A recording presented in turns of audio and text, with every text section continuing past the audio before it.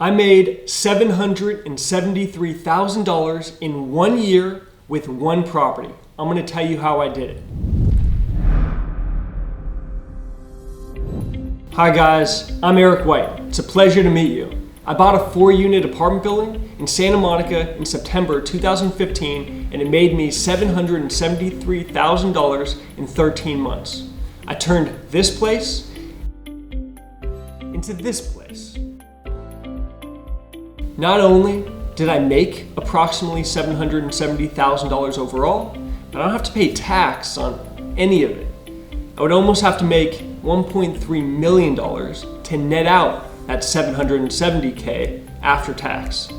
Two important questions are, how did I make this much money above and beyond the $430,000 that I put into it, and how can you do the same? It doesn't have to be in Santa Monica or Los Angeles.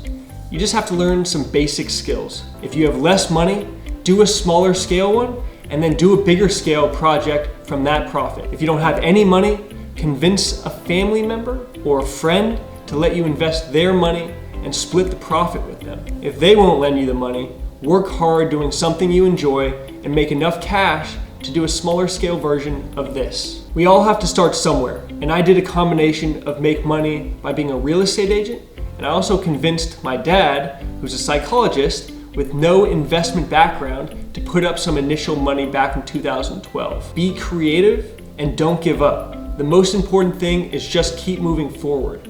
I had many burnouts at the beginning when learning all of this info. Just keep pushing and don't get overwhelmed. Here's what happened. I bought the property for $995,000. It was a 4-unit property in the Pico neighborhood of Santa Monica. It popped up and I pounced on it fast. That's the key. Know what you're looking for and then move fast with a strong price and terms to nail it down. I think I did a 30-day close of escrow. Typical is 45 to 60 days.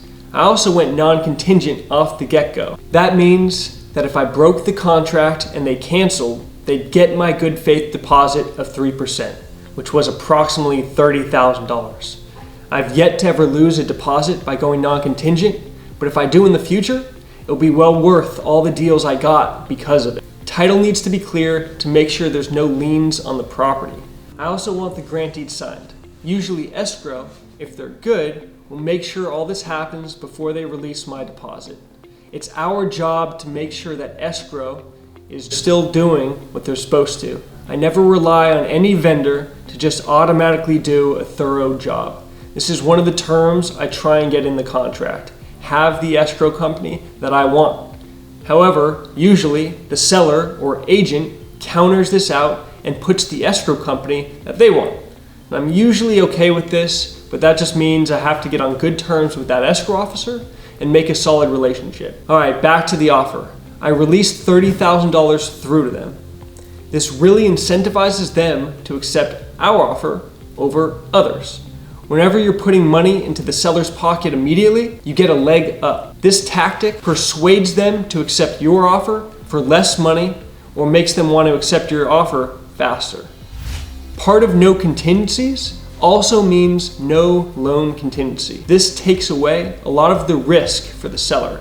Usually, if a buyer fails to get a loan and has that contingency, the buyer gets to walk away without any penalty and the seller has wasted their time. When the seller sees an all-cash offer, it's more tempting. Even though it says all cash, I'm still getting a loan. You put this in the other terms and conditions section of the offer. Buyer may still obtain financing. However, it's not a contingency to this deal. Don't forget that. Otherwise, they could say that you're breaking the contract by getting a loan. Sometimes I put a stronger than 3% good faith deposit to incentivize them. At the end of the day, it's all about reading the agent and seller to make sure you get the best deal. There's an art to it that you learn by doing this multiple times. You make sure you let them know you're buying it in as-is condition. You verbally let them know you've done this many times before and it's going to be a smooth transaction. The agent and seller want to pick a buyer that won't give them headaches, so convince them of that. When buying this property, I didn't even have the down payment needed at the time to close escrow on the 4-unit because I was still selling a property to get the funds. I had to pay $7,500 extra to get the time extended so that I could come up with the money. I would have paid a lot more. But I was also aware that there were multiple options that I would have to get escrow extended. The first option, pay more money for an extension, which is what I did. The second, call them on their bluff that they'd cancel escrow, because most likely they won't. Not only that, but they have to issue a 2-day notice to perform before they can cancel escrow. They usually don't even issue this on time, so it gives me extra time to get all the funds together. To buy this deal, I had to 1031 exchange from another 3-unit property. A 1031 exchange is where you sell one property and defer the capital gains tax in order to buy another. I will go into more detail in the future on 1031 exchanges and also my 3-unit that I had sold. They clearly mispriced it. It was a 4-unit building with approximately 2,800 building square feet on about 8,000 square feet of land. It had 2 units that were 1 bed, 1 bath, 1 2-bed, 1 bath, and a 3-bedroom, 1.5 bath. The 3-bedroom was about 1,100 square feet, the 2-bedroom at 900 square feet, and each 1-bedroom was 400 square feet. The rents were extremely low because of Santa Monica rent control. The back unit 1-bed was renting at about $712. The next 1-bedroom was vacant but not upgraded. The 2-bedroom was renting at about $800 and the 3-bedroom $1,000. The property was not maintained very well. How did I know it was a good deal? I looked and knew the sales comparables, which is what properties are selling for and what all the differences and similarities are. I mainly cared about what things were selling for once they were upgraded and renting high. If I know what a similar sales comp sold for nearby, then I can work backwards to figure out what I can pay for the deal I'm considering.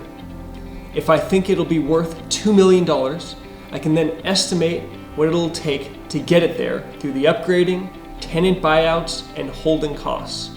In this case, it ended up being about $235,000. So $2 million minus all these costs brings it to $1,750,000. The difference between that number and what I pay for it is the profit. So I could have paid a lot more than the $995,000, and I still would have been pretty damn happy. I probably would have paid $1.2 million for this property. This is how I examine all deals and pick which one I buy.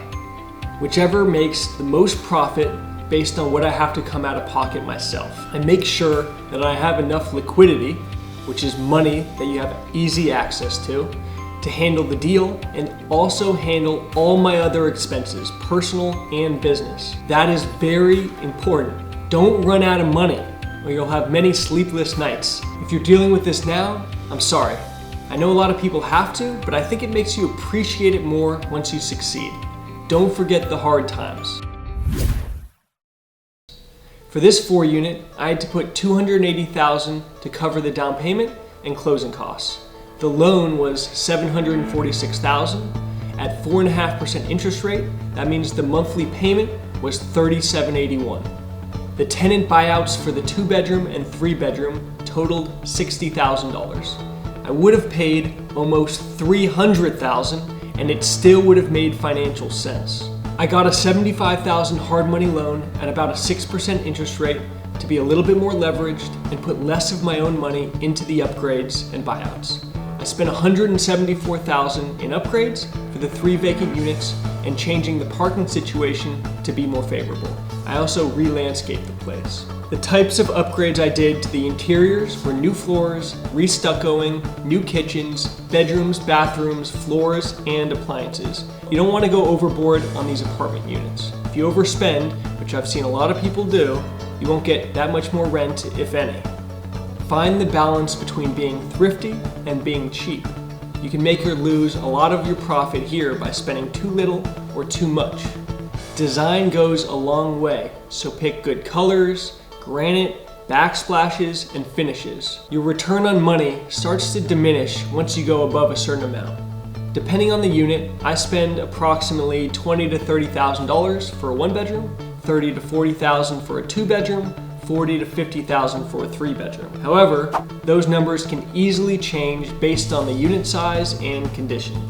Find yourself a good contractor that you trust. Don't get the most expensive contractor. Most expensive does not mean best. For this place, the new rent that I got on the 1 bedroom was $1,995, the 2 bedroom $2,900, and the 3 bedroom I owner occupied, but it would have rented at around $4,000.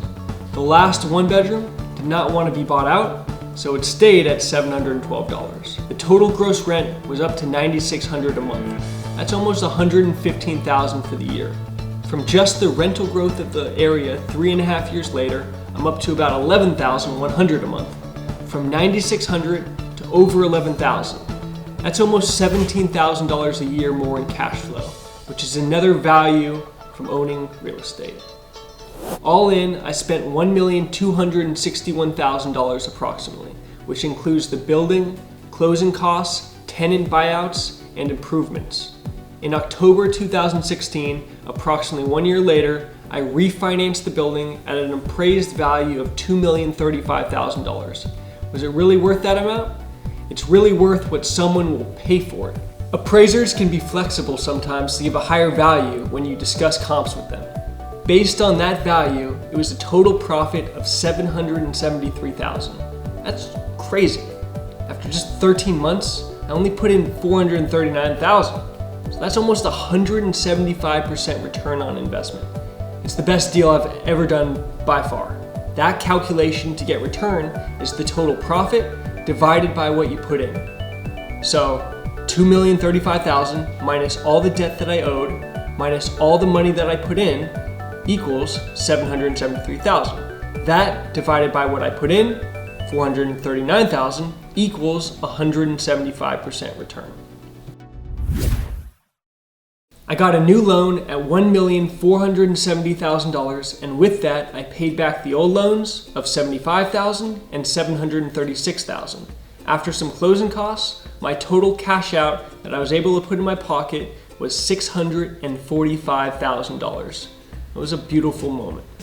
So remember, the total equity that I had outlaid was $439,000, so I was basically getting my money back, and then paid an additional $205,000 to own this new building. My cash flow was basically break even at this point. The key aspects of this project were the cash out refi. I got all my money out plus the $200,000, and I have this 4 unit that will forever appreciate in value. I might sell it in the future, but only when I can do that 1031 exchange or reverse 1031 exchange. I just want to keep my equity or money working at a high return percentage. Appreciation alone is not good enough for what I'm trying to accomplish. I like the Kevin O'Leary saying of comparing money to soldiers and keeping them fighting on the battlefield to bring you back more money. This is what I aim to do on a yearly basis for each project. I then reinvest that money back into other projects and wait for the exponential growth. No taxes are ever paid because I almost never sell and cash out. I aim for 50 to 100% return overall every 12 to 15 months. If I hit those numbers, there will be big growth. And that's what happened. I hope you enjoyed this video, and if you did, please subscribe and hit the like button. If you have any questions, please comment below. I will be responding. I really appreciate you watching, and I'll see you later.